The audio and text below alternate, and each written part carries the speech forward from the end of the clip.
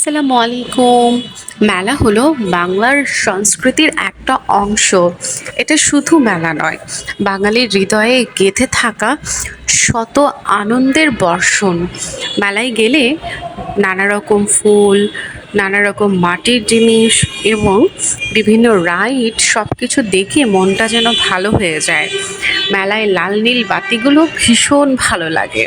তার উপরে যদি ঝর্ণা থাকে তাহলে তো কথাই নেই।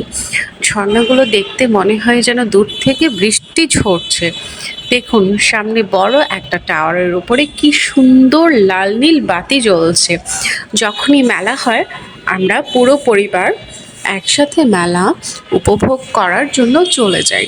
কারণ মেলা দেখতে আমাদের বাচ্চারা যেমন পছন্দ করে, আমাদেরও ভালো লাগে। মেলায় গেলে নানা রকম জিনিস কেনাকাটাও করা যায়। মেলায় দেখুন ঝর্ণা থেকে পানি ঝরছে। পানিগুলো যখন পড়ছে তখন মনে হচ্ছে যেন লাইটের আলোতে মুক্ত ঝকঝক করছে। সত্যি অসাধারণ সুন্দর, যেটা নিজের চোখে না দেখলে বিশ্বাস করা যায় না। দূর থেকে দেখা যাচ্ছে চরকাটাও ঘুরছে নিজের গতিময়। নিজের গতিকে বজায় রেখে দূর থেকে দেখা যাচ্ছে চরকাটাও ঘুরছে। আরও একটু জুম করে যদি দেখাই, দেখুন অসাধারণ সুন্দর লাগছে। বাচ্চারা মেলা দেখতে ভীষণ পছন্দ করে, তেমনি বড়রাও পছন্দ করে। মেলায় থাকে ভূতের বাড়ি এবং নানা রকমের রাইডস। সে রাইডসগুলো সত্যিই উপভোগ করার মতো এবং সুদর্শনীয় হয়ে থাকে। দেখুন ঝর্ণার পানিগুলো কি সুন্দর করে উপর থেকে নিচে ঝপঝপ করে পড়ছে। দৃষ্টিনন্দন একটা দৃশ্য। আশা করি এটা আমার সকল বন্ধুদের ভালো লাগবে, কারণ এই দৃশ্যটা সবারই খুব পছন্দ।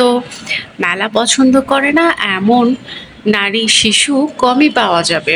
নারী শিশু কেন, ছেলে অথবা যুবকরাও মেলায় গিয়ে থাকে। দেখুন পানির ফোঁটাগুলো কত সুন্দর করে পড়ছে, দেখতে চমৎকার লাগছে। দেখুন অসাধারণ সুন্দর। যখনই মেলা হয় তখনই আমি বাচ্চাদেরকে নিয়ে চলে আসি। একটুখানি ঝর্ণার পানিতে হাত দিতে হাতে ঠান্ডা একটা স্পর্শ অনুভব করলাম। ভীষণ ভালো লাগলো পানিটিতে হাত দেওয়ার পর। মনে হলো যেন বিশুদ্ধ একটা পানি। খুব সুন্দর লাগছিল, অসম্ভব ভালো লাগছিল। তাই তো যখনই মেলা হয় বাসার সবাই চলে আসি একসাথে মেলা দেখতে।